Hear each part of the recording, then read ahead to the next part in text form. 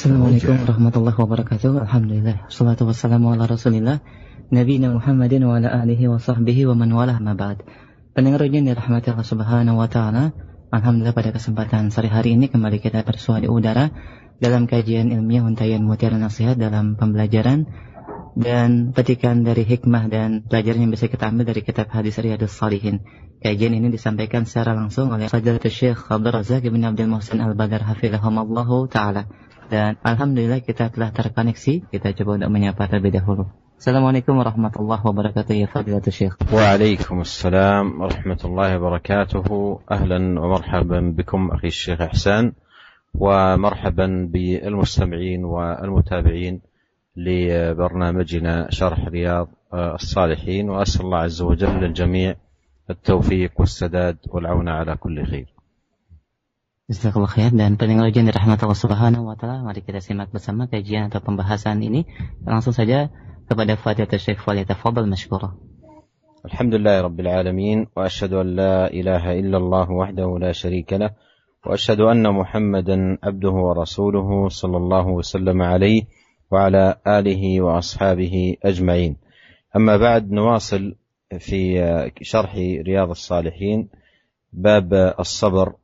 وقد أورد المصنف الإمام النووي رحمه الله تعالى بعض الآيات وبعض الأحاديث إلى أن قال رحمه الله عن أبي زيد أسامة بن زيد بن حارثة مولى رسول الله صلى الله عليه وسلم وحبه وابن حبه رضي الله عنهما قال أرسلت بنت النبي صلى الله عليه وسلم إن ابني قد احتضر فاشهدنا، فأرسل يقرئ السلام ويقول إن لله ما أخذ وله ما أعطى وكل شيء عنده بأجل مسمى فلتصبر ولتحتسب. فأرسلت إليه تقسم عليه ليأتينها، فقام ومعه سعد بن عبادة ومعاذ بن جبل وأبي بن كعب وزيد بن ثابت ورجال رضي الله عنهم، فرفع إلى رسول الله صلى الله عليه وسلم الصبي فأقعده في حجره ونفسه تقعقع ففاضت عيناه، فقال سعد: يا رسول الله ما هذا؟ قال: هذه رحمة جعلها الله تعالى في قلوب عباده، وفي رواية في قلوب من شاء من عباده، وإنما يرحم الله من عباده الرحماء. متفق عليه. ومعنى تقعقع أي تتحرك وتضطرب، أي أن طفلها كان في النزع وفي اللحظات الأخيرة. فهذا الحديث مثال من الأمثلة في الواجب عند المصيبة، وأن الواجب على من أصيب بمصيبة بفقد عزيز أو بتلف مال أو حصول مرض أو غير ذلكم أن يتلقى ذلكم بالصبر فيصبر ويحتسب. ولهذا قال لها النبي عليه الصلاة والسلام: إن لله ما أخذ وله ما أعطى وكل شيء عنده بأجل مسمى. وهذا الإيمان والعقيدة إذا تحققت في قلب المسلم واستحضرها فإنها بإذن الله سبحانه وتعالى تسليه في مصابه، لأن الأمر لله سبحانه وتعالى، وما كان من عطاء فهو من الله، وما كان أيضا من أخذ فهو لله سبحانه وتعالى، فله ما أخذ وله ما أعطى سبحانه وتعالى. إذن الواجب على الإنسان في المصاب أن يصبر، أن يتحلى بالصبر، فلا يجزع ولا يسخط ولا يحبس لسانه عن التشكي والتسخط، ويحبس أيضا جوارحه عن فعل ما لا يليق مما قد يفعل بعض الناس عند المصاب من شق جيوب أو لطم خدود أو دعوة بدعوى الجاهلية، فكل ذلكم يحذر ويتحلى بالصبر، وأيضا يحتسب أجر ذلك المصاب عند الله سبحانه وتعالى. والنبي عليه الصلاة والسلام لما أرسلت إليه ابنته أن يشهدها لأن ابنها يحتضر، فأرسل إليها يذكر لها حقيقة الأمر، وأن الأمر بيد الله، وأن لله ما أخذ وأن له ما أعطى، وأن الذي ينبغي عليها أن تصبر وتحتسب. لكنها رغبت أن يحضر النبي بنفسه عليه الصلاة والسلام عندها فأقسمت عليه أي بالله عز وجل ليأتينها. فقام مع جماعة من أصحابه صلى الله عليه وسلم ورضي عنهم، فرفع إلى رسول الله الصبي صلى الله عليه وسلم فأقعده في حجره ونفسه تقعقع ففاضت عيناه، أي أن هذا الصبي فاضت عيناه في حجر النبي عليه الصلاة والسلام، وشهد عليه الصلاة والسلام مفارقة هذا الصبي للحياة، ففاضت عيناه عليه الصلاة والسلام، وعيناه فاضت رحمة وشفقة مع الصبر والاحتساب. ولهذا لا يتنافى مع الصبر أن تدمع العين وأن يحزن القلب، هذا لا يتنافى مع الصبر. ولهذا فاضت عيناه عليه الصلاة والسلام، وقال له سعد: يا رسول الله ما هذا؟ يعني هذا الدمع الذي ينزل من العين. فقال: هذه رحمة جعلها الله في قلوب عباده، في بعض الروايات في قلوب من شاء من عباده، وإنما يرحم الله من عباده الرحماء. وهذا يبين لنا أن هذه الرحمة التي تكون عند مثل هذه الحال لا تتنافى مع الصبر، بل هي رحمة يجعلها في قلوب من شاء من عباده، فيكون العبد صابرا وفي الوقت نفسه يدمع وقلبه يحزن، رحمة جعلها الله سبحانه وتعالى في قلبه. Bismillahirrahmanirrahim. Alhamdulillah, segala puji dan syukur kita panjatkan kehadirat Allah Subhanahu wa taala. Salawat dan salam semoga senantiasa tercurahkan kepada suri teladan kita, junjungan kita Nabi Muhammad sallallahu alaihi wasallam serta keluarganya serta seluruh sahabat beliau tanpa terkecuali. Para pendengar Radio Raja yang dimuliakan oleh Allah Subhanahu wa taala,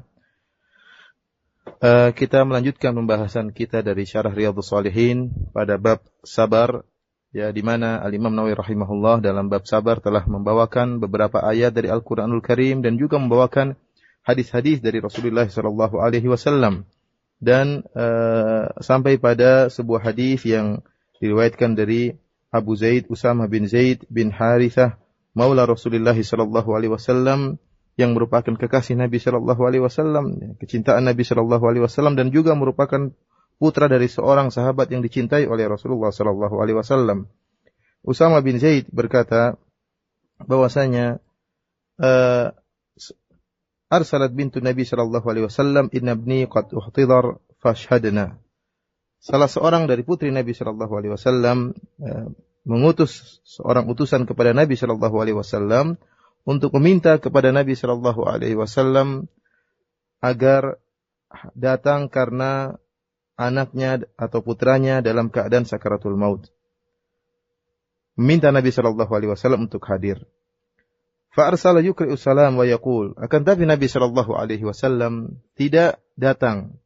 Hanya saja Nabi sallallahu alaihi wasallam mengirim seorang utusan kepada putrinya tersebut dan mengucapkan salam kepadanya, kemudian berkata, menyampaikan pesan Nabi sallallahu alaihi wasallam, menyampaikan sabda Nabi sallallahu alaihi wasallam, inna lillahi ma akhadha wa lahu ma a'ta. Sungguhnya milik Allah lah apa yang Allah ambil, dan bagi Allah lah apa yang telah Allah berikan.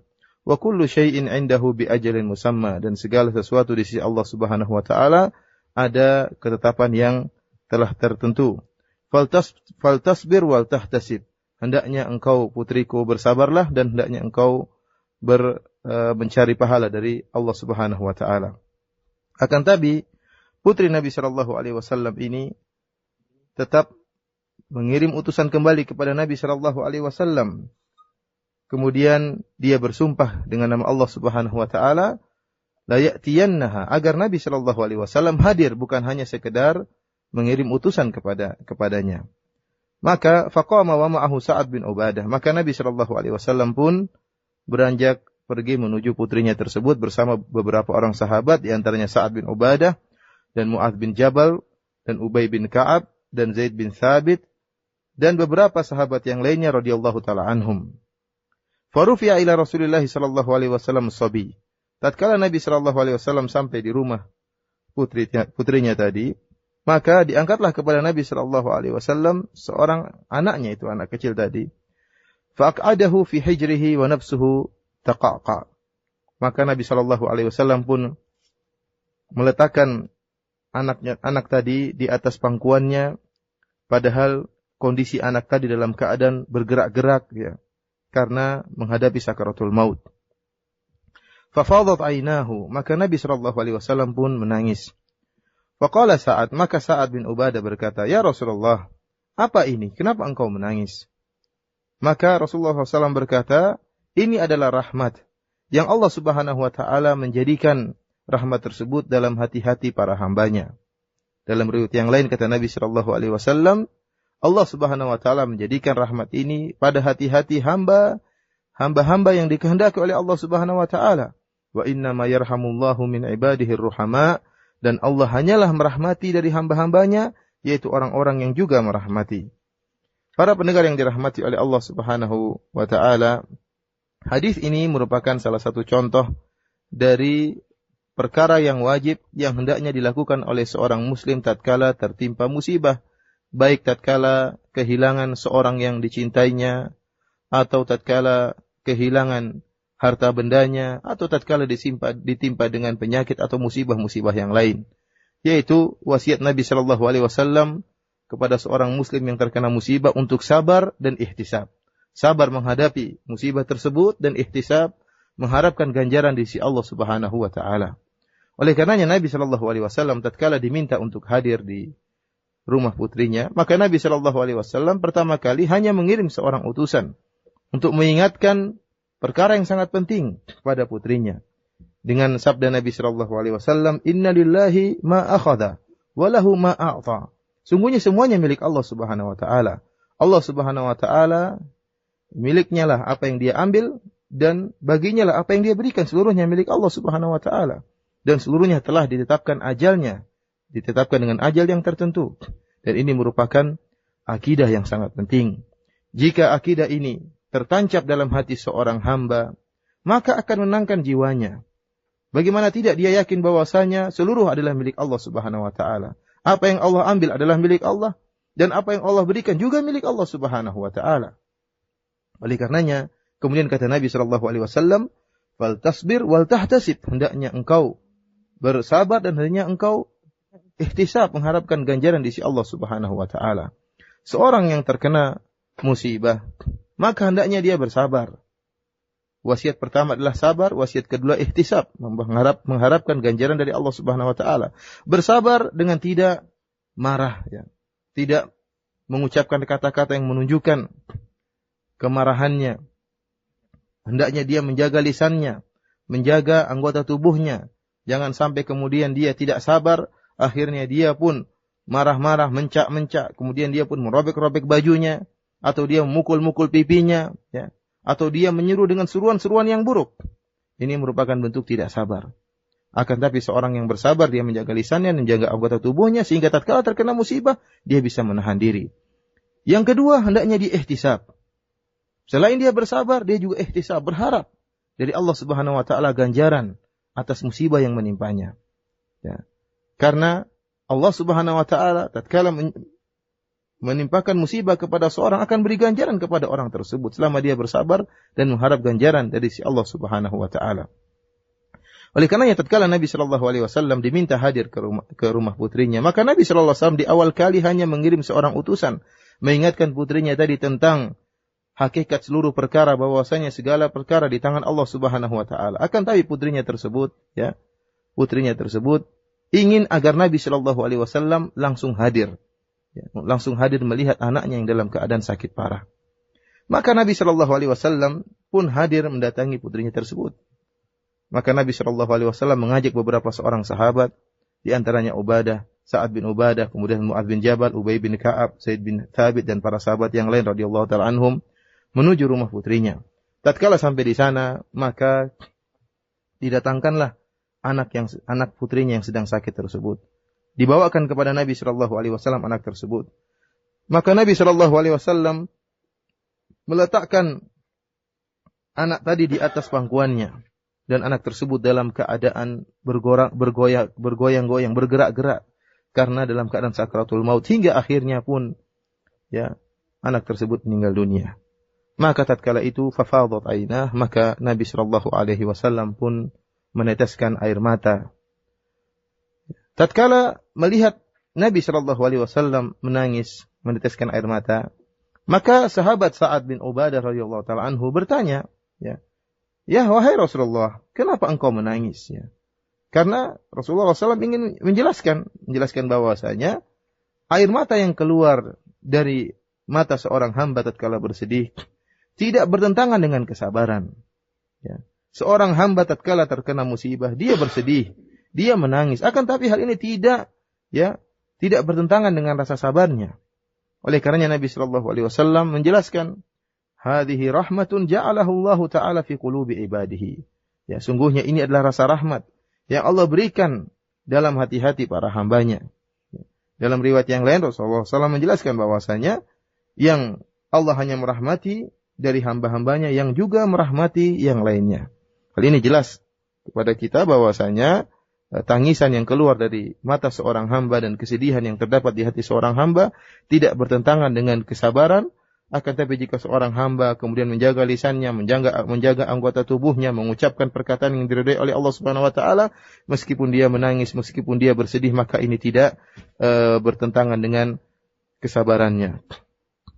ثم أورد الإمام النووي رحمه الله تعالى حديث صهيب رضي الله عنه أن رسول الله صلى الله عليه وسلم قال: كان ملك في من قبلكم وكان له ساحر، فلما كبر قال للملك: إني قد كبرت فابعث إلي غلاما أعلمه السحر.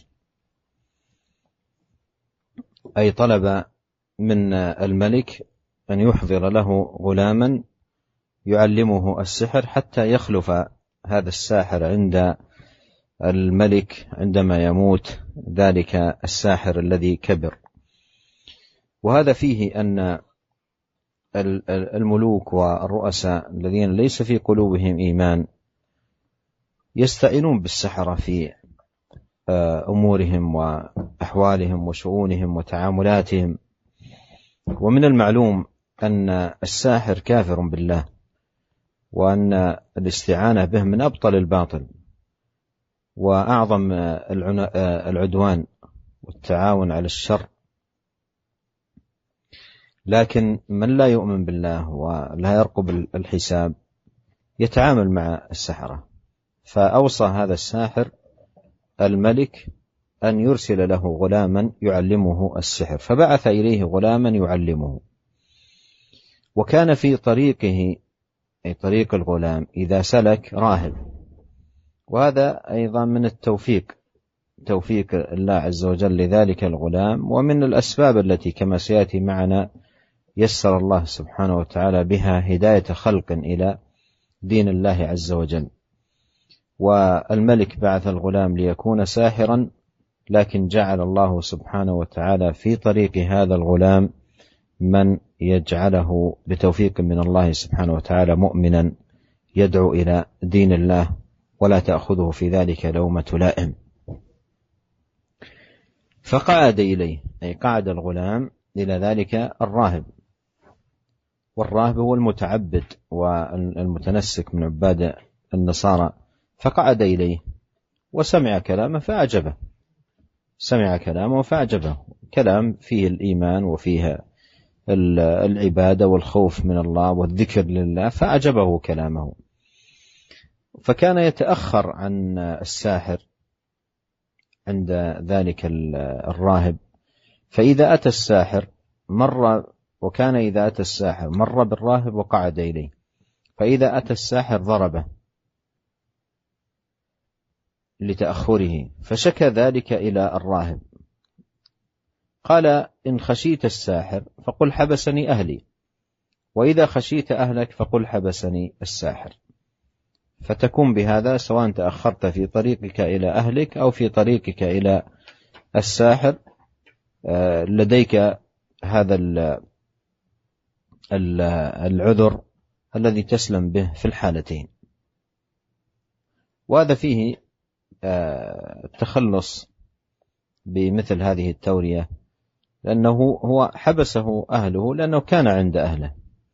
وقبل أن ينطلق، وحبسه الراهب أي كان عند الراهب قبل أن ينطلق إلى حبسه الساحر أي كان عند الساحر قبل أن ينطلق إلى أهله.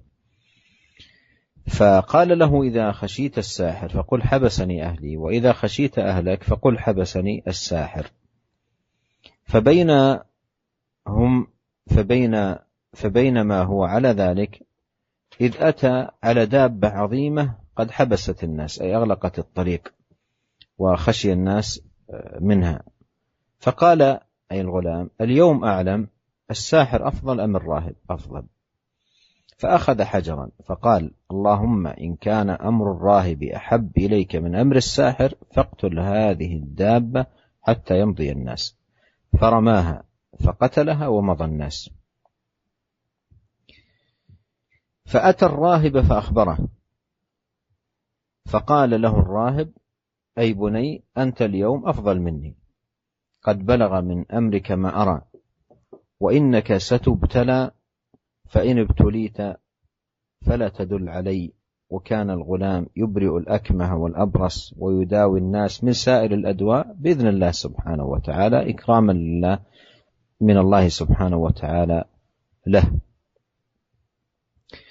فسمع جليس للملك كان قد عمي، فأتاه بهدايا كثيرة، فقال: ما ها هنا لك أجمع إن أنت شفيتني، يعني كل هذا سأعطيك إياه إن أنت شفيتني، أي من هذا العمى الذي أنا مصاب به.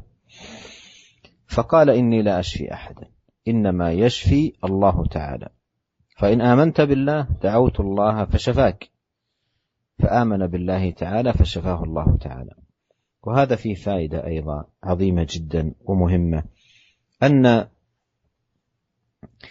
الطبيب الذي يمارس الطب لا يعلق الناس بنفسه، وهذا خطأ يقع فيه عدد من الأطباء، يقول: أنا أداويك، أنا أعالجك، أنا أشفيك من هذا المرض، يخطئ فيه حتى تعبيره وألفاظه، والشافي هو الله. الطبيب إنما هو يبذل السبب، أما الشافي هو الله سبحانه وتعالى. ولهذا كان النبي صلى الله عليه وسلم يقول في رقيته للمريض: اللهم رب الناس مذهب البأس اشفي أنت الشافي، لا شفاء إلا شفاؤك، شفاء لا يغادر سقما. فالشافي هو الله سبحانه وتعالى، والطبيب إنما هو يبذل السبب. ولهذا لا يصح أن يقول المريض شفاني فلان من الأطباء ونحو ذلك، وإنما يقول شفاني الله سبحانه وتعالى، فينسب الفضل إلى المتفضل وهو الله سبحانه وتعالى. ولهذا أنكر الغلام على الأعمى قوله: إن شفيتني، قال: أنا لا أشفي أحدا، إنما يشفي الله تعالى، فإن آمنت بالله تعالى دعوت الله فشفاك. وهذا أيضا فيه فائدة أخرى مهمة جدا، وهي أن من وفق لصنعة من الصنعات أو طب أو عمل من الأعمال الجيدة ينبغي أن يستغله للدعوة إلى الله والدعوة إلى دينه وهداية الناس، مثل ما صنع هذا الغلام. قال: إن آمنت بالله دعوت الله فشفاك، فآمن بالله تعالى فشفاه الله تعالى، فآمن بالله فشفاه الله تعالى. فأتى الملك فجلس إليه كما كان يجلس، فقال له الملك: من رد عليك بصرك؟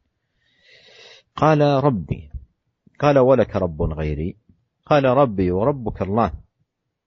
فأخذه فلم يزل يعذبه حتى دل على الغلام، فجيء بالغلام، فقال له الملك: أي بني، قد بلغ من سحرك ما تبرئ الأكمه والأبرص، عد ذلك سحرا، لأنه بعثه إلى الساحر وتفعل. فقال: إني لا أشفي أحدا، إنما يشفي الله تعالى. فأخذه فلم يزل يعذبه حتى دل على الراهب، فجيء بالراهب فقيل له: ارجع عن دينك، فأبى، فدعا بالمنشار، فوضع المنشار في مفرق رأسه أي وسط الرأس، فشقه حتى وقع شقاه أي قسمه قسمين. ثم جيء بجليس الملك الذي كان أعمى فقيل له ارجع عن دينك فأبى فوضع المنشار في مفرق رأسه فشقه به حتى وقع شقه ثم جيء بالغلام. ونعم. Para pendengar radio Raja yang dimuliakan oleh Allah Subhanahu wa taala, kemudian Imam Nawawi rahimahullah membawakan sebuah hadis yang sangat panjang dari sahabat Suhaib radhiyallahu taala anhu tentang kisah seorang pemuda yang diperintahkan oleh seorang raja untuk belajar sihir. Di mana Rasulullah sallallahu alaihi wasallam bersabda, dahulu ada seorang raja sebelum zaman kalian. Raja tersebut memiliki seorang penyihir. Dan tatkala penyihir raja tersebut sudah tua, maka penyihir tersebut meminta kepada sang raja agar sang raja mengirimkan kepada dia seorang pemuda untuk dia ajari ilmu sihir. Para pendengar yang dirahmati oleh Allah Subhanahu wa taala, maksud dari tukang sihir ini, karena dia sudah ingin akan meninggal dunia, dia ingin mewariskan ilmu sihirnya kepada seorang pemuda. Dan demikianlah para raja-raja yang mereka tidak memiliki iman kepada Allah Subhanahu wa taala, mereka meminta tolong kepada para penyihir dalam menjalankan urusan-urusan mereka, dalam menjalankan muamalah mereka. Padahal kita tahu bahwasanya para penyihir adalah kafir, mereka kafir kepada Allah Subhanahu wa taala dan merupakan bentuk kezaliman yang sangat besar, yaitu seorang kemudian berta'awun meminta pertolongan dengan melakukan praktek sihir. Oleh karenanya raja ini karena tidak memiliki iman kepada Allah Subhanahu wa taala, maka dia memiliki seorang penyihir.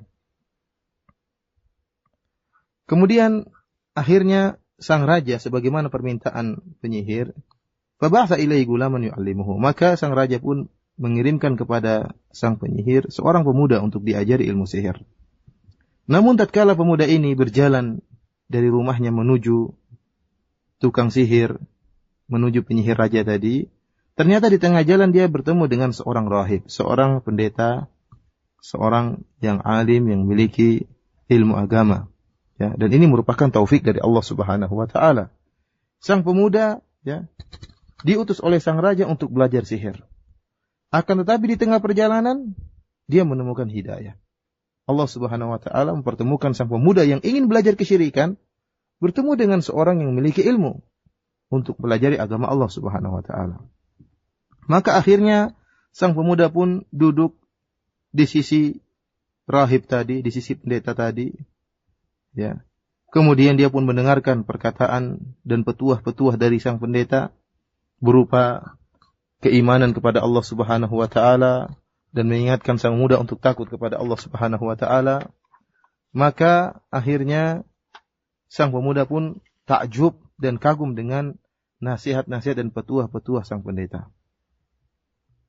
Oleh karena setiap kali sang pemuda hendak berangkat menuju rumah penyihir, dia senantiasa melewati pendeta ini. Kemudian senantiasa duduk mendengarkan ceramah atau petuah dan nasihat dari pendeta tadi. Sehingga tatkala dia sampai ke rumah tukang sihir itu pun memukul pemuda tadi. Kenapa? Karena dia terlambat. Harusnya datang segera, terlambat karena duduk di pendeta dan akhirnya sang penyihir pun memukul pemuda ini.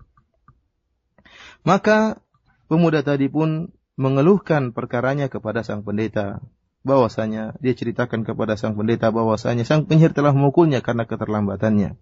Maka apa kata sang pendeta? Idza khashita as-sahir fakul habasani ahli. Jika engkau khawatir dipukul oleh sang penyihir, maka katakanlah bahwasanya aku terlambat karena ditahan oleh keluargaku. Wa idza khashita ahlaka fakul habasani sahir. Dan jika engkau khawatir dimarah-marah oleh keluargamu, maka katakanlah aku terlambat karena ditahan oleh penyihir. Dalam hal ini jelas sekali bahwasanya boleh kita untuk melakukan tauriyah, melakukan tauriyah, mengucapkan satu kalimat yang benar yang mungkin disalahpahami oleh orang yang mendengarkan. Karena memang benar bahwasanya pemuda ini jika dia terlambat datang ke tukang sihir, sebelumnya dia dari rumahnya dahulu. Meskipun dia kemudian akhirnya mampir di rumah pendeta, akan tapi sebelum dia berangkat ke rumah pendeta, dia terlebih dahulu di rumahnya, di rumah keluarganya. Sehingga tatkala dia berkata kepada sang penyihir, saya tadi ditahan oleh keluarga saya, dia tidak berdusta. Demikian juga tatkala dia pergi menuju rumahnya, ke keluarganya, kemudian dia terlambat datang, kemudian dia mengatakan saya tadi ditahan oleh penyihir, dia pun tidak berdusta. Dengan cara tauriah ini, maka dia akan selamat dari dua kondisi. Jika dia datang terlambat di tukang sihir, tidak dia akan selamat, dan jika dia datang ke rumah keluarganya dalam keadaan terlambat, dia pun dalam keadaan selamat karena tauriah ini. Maka tatkala sang pemuda ini suatu saat ya berjalan, tiba-tiba dia melihat seekor binatang buas yang sangat besar yang telah menutup jalan manusia. Orang-orang tidak bisa melewati jalan tersebut karena telah ditutup oleh binatang yang buas yang sangat besar ini. Maka sang pemuda berkata, hari ini aku akan tahu mana yang lebih utama, yang lebih afdal. Apakah penyihir ataukah sang pendeta? Maka dia pun mengambil sebuah batu, kemudian dia berkata, ya Allah, jika memang sang pendeta lebih engkau cintai daripada tukang sihir, maka bunuhlah hewan ini, agar manusia bisa melewati jalan mereka. Maka sang pemuda tadi pun melemparkan batu tersebut kepada hewan yang besar tadi, maka hewan yang besar tadi pun tewas tatkala itu, ya mati, sehingga orang-orang pun bisa melewati jalan mereka. Kemudian sang pemuda pun mendatangi sang rahib, sang pendeta. Kemudian dia mengabarkan tentang apa yang terjadi. Dia telah berhasil membunuh seekor binatang yang besar. Maka sang pendeta berkata kepada sang pemuda, wahai anakku, sungguhnya engkau pada hari ini lebih afdal daripada saya. Engkau lebih utama daripada saya. Engkau telah mencapai suatu tingkatan yang sebagaimana yang aku lihat. Dan yakinlah bahwasanya engkau akan diuji. Engkau akan diuji oleh Allah Subhanahu wa taala. Ya. Dan jika engkau diuji, maka jangan kau tunjukkan di mana saya. Jangan kau tunjukkan di mana saya. Oleh karena setelah itu Allah Subhanahu wa taala memberikan ya karamah kepada sang pemuda, sehingga akhirnya sang pemuda pun memiliki kemampuan untuk menyembuhkan orang yang buta, yang lahir dalam keadaan buta, kemudian disembuhkan, dikembalikan penglihatannya. Demikian juga sang pemuda menyembuhkan orang yang abros, yaitu yang memiliki penyakit baras, penyakit putih-putih yang terdapat di kulitnya, yaitu bisa sembuh dengan doa pemuda ini. Dan sang pemuda juga mengobati manusia dari berbagai macam penyakit. Akhirnya perkara sang pemuda ini yang bisa mengobati ya baik orang yang buta maupun yang terkena penyakit albino atau penyakit-penyakit yang lain. Hal ini didengar oleh salah seorang yang senantiasa duduk bersama sang raja. Dan teman sang raja ini adalah orang yang buta. Maka teman sang raja ini pun segera mendatangi sang pemuda dengan membawa banyak hadiah. Kemudian dia berkata kepada sang pemuda, ya, lihatlah, aku telah mengumpulkan hadiah ini untuk engkau jika engkau bisa menyembuhkanku. In anta syafaitani. Jika engkau bisa menyembuhkan butaku ini, maka aku akan berikan kepada engkau seluruh hadiah ini. Maka apa perkataan sang pemuda? Inilah ashfi ahadan.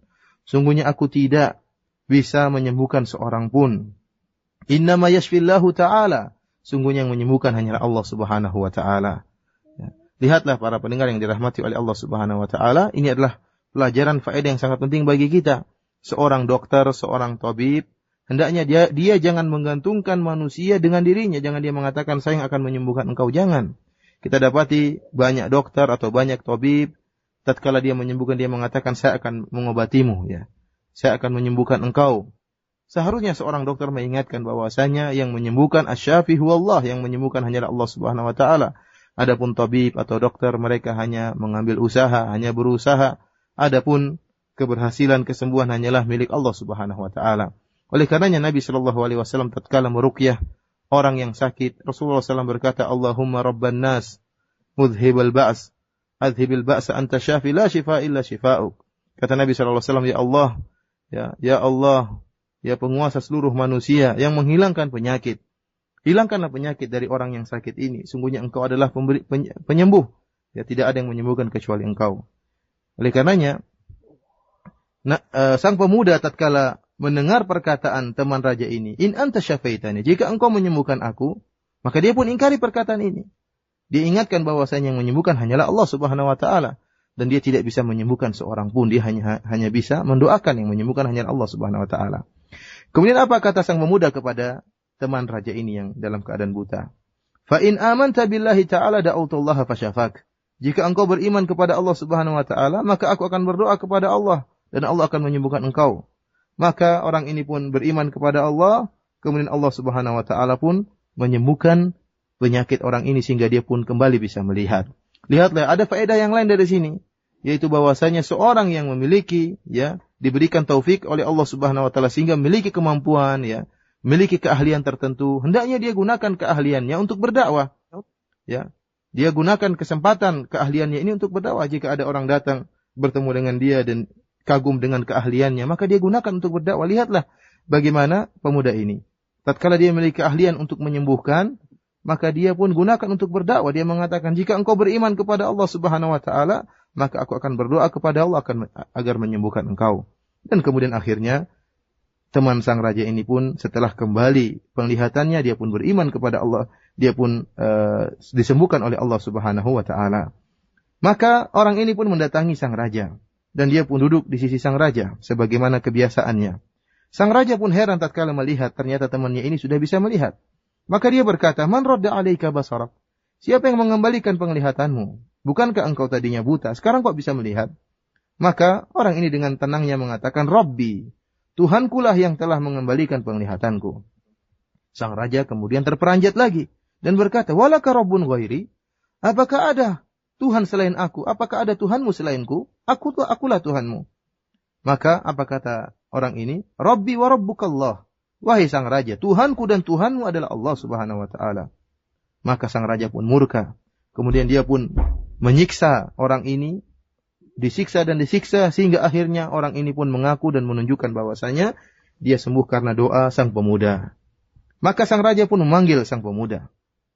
Kemudian sang raja berkata, "Wahai putraku, sungguh sihirmu telah luar biasa sehingga engkau bisa menyembuhkan orang yang buta dan engkau menyembuhkan orang yang terkena penyakit albino dan engkau telah melakukan ini dan itu." Karena sang raja menyangka karamah yang dimiliki oleh sang pemuda adalah sihir, karena sang raja yang telah mengutus dan mengirim sang pemuda kepada penyihir untuk belajar sihir. Sang raja tidak tahu bahwasanya apa yang didapatkan dari sang pemuda bukanlah sihir, tapi dari karamah dari Allah Subhanahu wa taala. Apa kata sang pemuda? "Inilah ashfi ahadan, innama yashfillahu ta'ala." Wahai sang raja, aku tidak bisa menyembuhkan seorang pun. Yang menyembuhkan hanyalah Allah Subhanahu wa taala. Maka sang raja pun murka, kemudian menyiksa sang pemuda, sampai akhirnya sang pemuda pun menunjukkan di mana sang pendeta.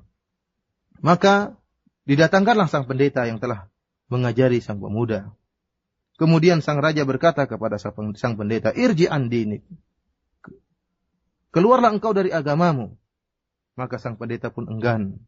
Sang raja pun meminta untuk didatangkan dengan sebuah gergaji.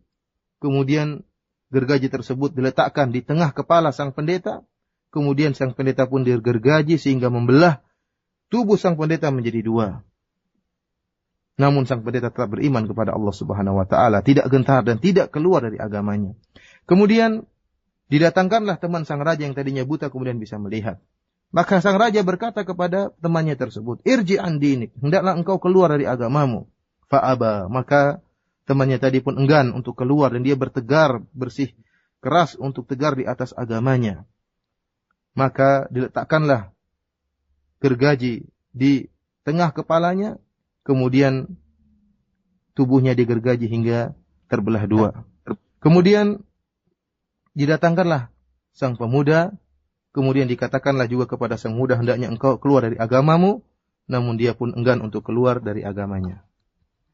قال ثم جيء بالغلام فقيل له ارجع عن دينك فأبى فدفعه إلى نفر من أصحابه فقال اذهبوا به إلى جبل كذا وكذا فاصعدوا به الجبل فإذا بلغتم ذروته أي أعلاه فإن رجع عن دينه وإلا فاطرحوه فذهبوا به فصعدوا به الجبل فقال اللهم اكفنيهم بما شئت فرجف بهم الجبل فسقطوا.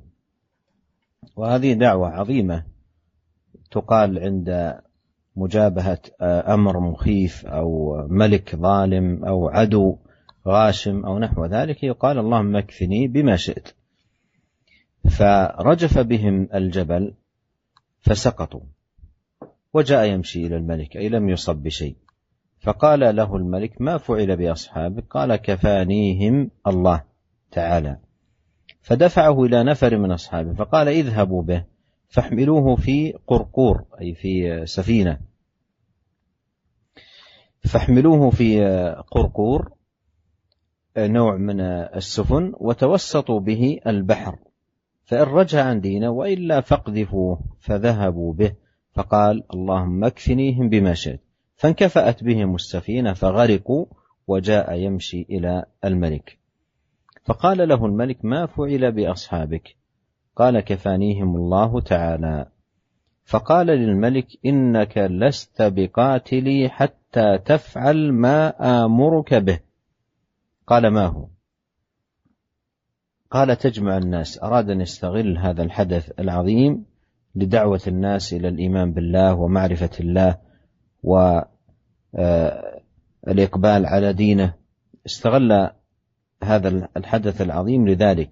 فقال تجمع الناس في صعيد واحد أي في مكان واحد بحيث الجميع يرونه، وتصلبني على جذع، ثم خذ سهما من كنانتي، ثم ضع السهم في كبد القوس أي في وسط القوس وهو المقبض عند الرمي، ثم قل بسم الله رب الغلام ثم ارمني. أراد الغلام أن ينطق الملك بهذه الكلمة بسم الله رب الغلام حتى يسمعها الجميع والملك يقولها فتكون سببا لإيمانهم وهدايتهم. ثم ارمني فإنك إذا فعلت ذلك قتلتني. فجمع الناس في صعيد واحد وصلبه على جذع، ثم أخذ سهما من كنانته، ثم وضع السهم في كبد القوس، ثم قال باسم رب الغلام، ثم رماه فوقع السهم في صدغه. والصدغ هو ما بين العين وشحمة الأذن، ما بين العين وشحمة الأذن، فوضع يده في صدغه فمات الغلام. فقال الناس آمنا برب الغلام، وهذا الذي كان يهدف إليه الغلام بأن يموت بهذه الطريقة. قال الناس آمنا برب الغلام. فأوتي الملك فقيل له أرأيت ما كنت تحذر؟ قد والله نزل بك حذرك، قد آمن الناس. فأمر الملك بالأخدود بأفواه السكك، أي أن يشق في أفواه السكك شقوق في الأرض، أخاديد تشق في أفواه السكك أي أبواب السكك والطرقات، فخدت وأضرم فيها النيران. وقال من لم يرجع عن دينه فأقحموه فيها، أو قيل له اقتحم، ففعلوا حتى جاءت امرأة ومعها صبي لها. وهذا أيضا يوضح لنا أن الناس آمنوا إيمان قوي، وأن هذا الحدث هزهم وحرك قلوبهم فآمنوا بالله سبحانه وتعالى. ومما يدل على قوة إيمانهم أن النار خدت في الأرض، ومن لا يستجيب يلقى في النار، فلم يبالوا بذلك من قوة إيمانهم بالله سبحانه وتعالى. فجاءت هذه المرأة ومعها صبي لها فتقاعست أن تقع فيها، كأنها حنت على وأشفقت على هذا الصبي الذي في المهد تحمله. فقال لها الغلام يا أمه اصبري فإنك على الحق. نطق هذا الغلام الذي تحمله تلك المرأة ودعا أمه للصبر، قال اصبري فإنك على الحق.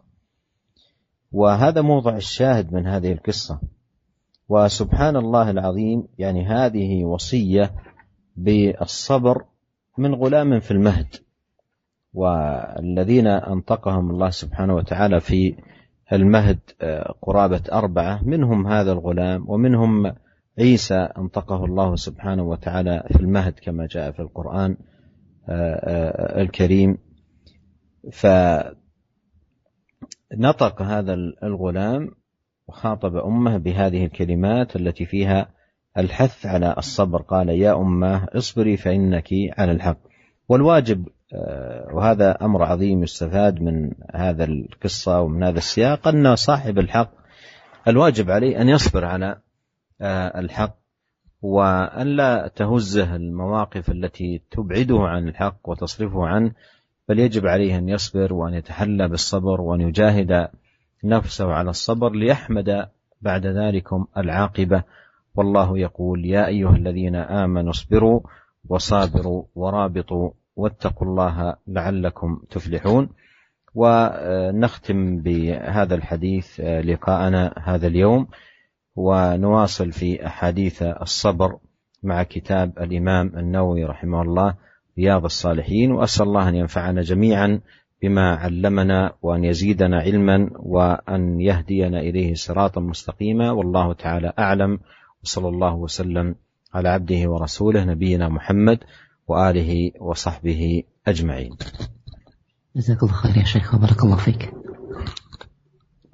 Para pendengar Radio Raja yang dimuliakan oleh Allah Subhanahu wa taala, kemudian sang raja pun memanggil sang pemuda. Kemudian dia berkata kepada sang pemuda, "Irji' an dinik, hendaknya engkau keluar dari agamamu." Ya. Maka sang pemuda pun enggan dan tetap bersikeras dan tegar di atas agamanya, ya, agama Islam. Maka sang raja pun menyerahkan sang pemuda ini kepada beberapa orang yang merupakan anak buah dari sang raja. Kemudian sang raja berkata kepada prajurit, kepada anak buahnya tadi, "Bawalah pemuda ini di puncak gunung ini, dan di puncak gunung. Kemudian panjatlah gunung tersebut dan bawa dia di atas puncak gunung. Dan jika kalian sudah sampai di puncak gunung, maka mintalah kepada sang pemuda untuk keluar dari agamanya. Jika dia enggan keluar dari agamanya, maka lemparkanlah dia dari puncak gunung tersebut."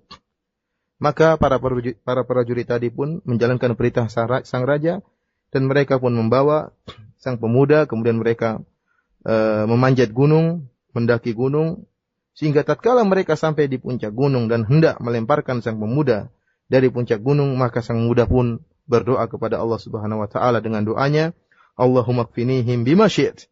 Ya Allah, ya Allah, jagalah aku, ya, dengan apa yang kau kehendaki. Ya. Kemudian farajafa bihim, maka akhirnya gunung pun tersebut bergetar, fasaqatu, akhirnya mereka pun justru mereka yang jatuh dari puncak gunung. Maka sang pemuda pun turun dari gunung, kemudian dia berjalan menuju sang raja, ya, dalam keadaan selamat, tidak tertimpa sesuatu pun. Dan doa ini merupakan doa yang sangat penting, ya, Allahumma kfinihim bima syi'ta, ya Allah, jagalah aku, yaitu cukupkanlah aku dari gangguan mereka dengan apa yang kau kehendaki. Ya, doa ini adalah doa yang bisa diucapkan oleh seorang muslim tatkala berhadapan dengan raja yang zalim atau berhadapan dengan perkara yang menakutkan, diganggu oleh orang-orang yang zalim, maka hendaknya dia berdoa dengan doa ini, Allahumma kfinihim bima syi'ta. Maka datanglah sang pemuda menuju sang raja dalam keadaan selamat. Maka sang raja pun terperanjat dan heran melihat kondisi pemuda yang dalam keadaan selamat. Maka dia berkata, "Apa yang terjadi dengan prajurit-prajuritku?" Maka sang pemuda berkata, "Allah Subhanahu wa taala telah menjagaku dan menjauhkan aku dari gangguan mereka."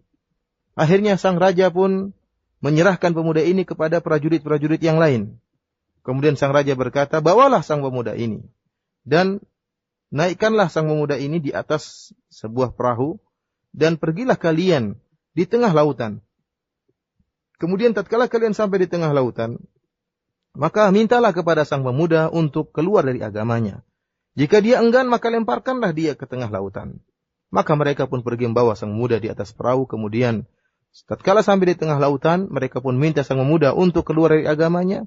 Namun sang pemuda pun enggan dan berdoa kepada Allah, "Allahumma kfinihim bima syi'ta." Ya Allah, jagalah aku dari gangguan mereka, ya Allah, dengan apa yang kau kehendaki. Fankafa'at bihimus safinatu faghariqu. Maka perahu pun terbalik dan akhirnya mereka justru para prajurit tersebutlah yang tenggelam. Akhirnya sang pemuda pun kembali dalam keadaan selamat menuju sang raja. Maka sang raja pun terperanjat kembali dan bertanya, apa yang terjadi dengan para prajurit? Maka sang pemuda berkata, Allah Subhanahu wa taala telah menjagaku dari gangguan mereka. Kemudian sang pemuda berkata kepada sang raja, wahai sang raja, engkau tidak akan mampu untuk membunuhku sampai engkau melakukan apa yang aku perintahkan kepadamu. Sang raja berkata, apa perintahmu? Kata sang pemuda, kumpulkanlah seluruh manusia di atas satu dataran, satu tempat. Satu tempat sehingga mereka semua bisa melihat sang pemuda, maksud dari sang pemuda. Yaitu satu tempat di mana manusia seluruh berkumpul sehingga bisa menyaksikan sang pemuda. Wa taslibuni ala jad'in. Kemudian engkau hendaknya menyalibku di atas sebuah pohon. Kemudian ambillah salah satu anak panah dari tempat anak panahku. Kemudian letakkanlah anak panah tersebut di tengah busurku. Kemudian setelah itu ucapkanlah bismillah, bismillahirabbil gulam. Dengan nama Allah, Tuhannya sang pemuda. Kemudian panahlah aku. Jika engkau melakukan hal ini, maka engkau akan bisa membunuhku. Maka sang raja pun mendengar perkataan sang pemuda, maka dia pun mengumpulkan seluruh rakyat tatkala itu di atas sebuah dataran. Sehingga mereka semua bisa melihat sang pemuda. Kemudian dia pun menyalib sang pemuda di atas sebuah kayu. Kemudian dia pun mengambil sebuah anak panah dari tempat anak panah sang pemuda. Kemudian dia meletakkan anak panah tersebut di tengah busur panah. Kemudian dia berkata dengan suara yang didengar oleh seluruh manusia, seluruh rakyat tatkala itu, bismillahirabbil gulam. Dengan nama Allah, Tuhannya sang pemuda.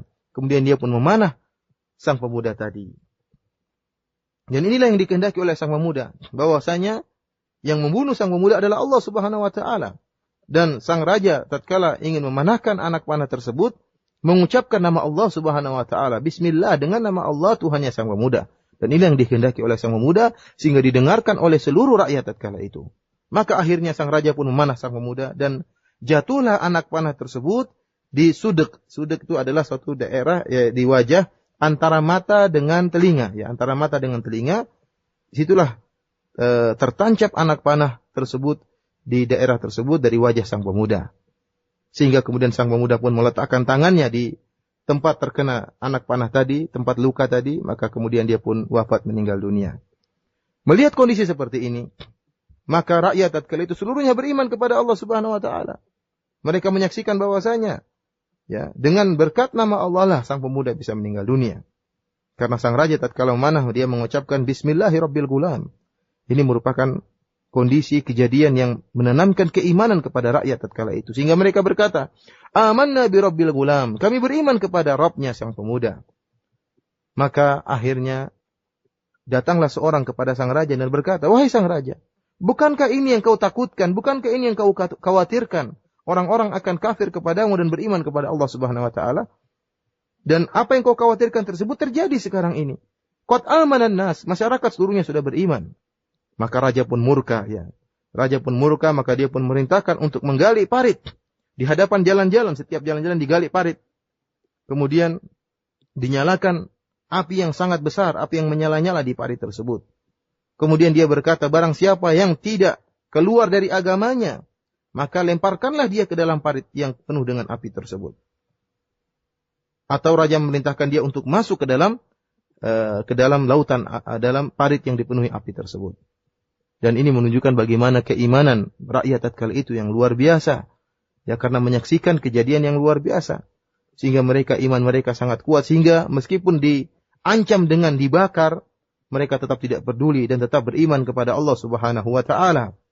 Akhirnya mereka pun dibakar dan dilemparkan ke dalam, satu persatu dilemparkan ke dalam parit yang penuh dengan api tersebut.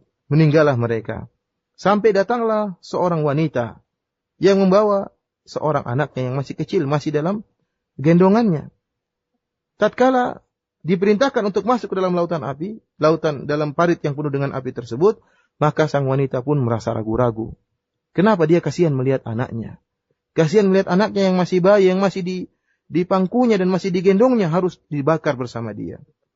Tatkala timbul keraguan, maka Allah Subhanahu wa ta'ala memberikan karamah kepada sang bayi yang masih dalam gendongan. Kemudian sang bayi berkata, ya ummah, Isbiri fa innaki 'alal haq. Wahai ibuku, bersabarlah. Sungguhnya engkau berada di atas kebenaran. Wahai ibuku, bersabarlah. Sungguhnya engkau berada di atas kebenaran. Para pendengar yang dirahmati oleh Allah Subhanahu wa taala, inilah bagaimana hadis yang sangat panjang ini sampai akhirnya Allah Subhanahu wa taala membuat bayi yang masih dalam gendongan ini bisa berbicara, dan dia merupakan salah satu dari 4 bayi yang bisa berbicara, di antaranya anak ini dan juga Isa bin Maryam sebagaimana dalam Al-Qur'an, dan 2 yang lainnya yang mereka berbicara di waktu bayi, ya. Dan ini merupakan karamah dari Allah Subhanahu wa taala kepada mereka. Sehingga tatkala bayi ini menyampaikan perkataan tersebut, wahai ibuku, bersabarlah, maka bersabarlah sang ibu. Kemudian akhirnya mereka pun terbakar masuk dalam api yang dibakar dalam parit tersebut.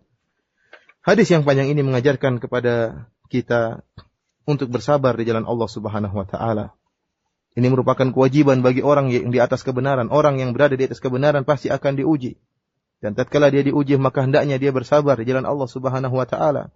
Jangan sampai kondisi menggoyangkan kesabarannya sehingga dia pun berpaling kepada kebatilan. Maka hendaknya dia bersabar dan berjihad di jalan Allah Subhanahu wa taala. Meskipun godaan dan rintangan menghadanginya, dia hendaknya bersabar. Allah Subhanahu wa taala mengatakan, ya ayyuhalladzina amanu sabiru wasabiru warabitu. Wahai orang-orang yang beriman, bersabarlah dan tingkatkanlah kesabaran kalian, dan bersabarlah. Allah merintahkan untuk bersabar kepada orang yang beriman, dan agar orang-orang yang beriman dirahmati oleh Allah Subhanahu wa taala. Demikian saja para pendengar yang dirahmati oleh Allah Subhanahu wa taala, kajian kita pada kesempatan kali ini. Insyaallah pada pekan depan kita akan melanjutkan dengan membacakan hadis-hadis yang dibawakan oleh Imam Nawawi rahimahullah dalam bab sabar. Wabillahi taufiq wal hidayah. Assalamualaikum warahmatullahi wabarakatuh. Waalaikumsalam warahmatullahi wabarakatuh. Kami ucapkan jazakumullah khair kepada Fadilatul Syekh Abdul Razak bin Abdul Muhsin Al-Badar hafizahumullah taala, dan Al-Ustaz Abdul Muhsin Firanda yang telah menerjemahkan pelajaran kita pada kesempatan sore hari ini.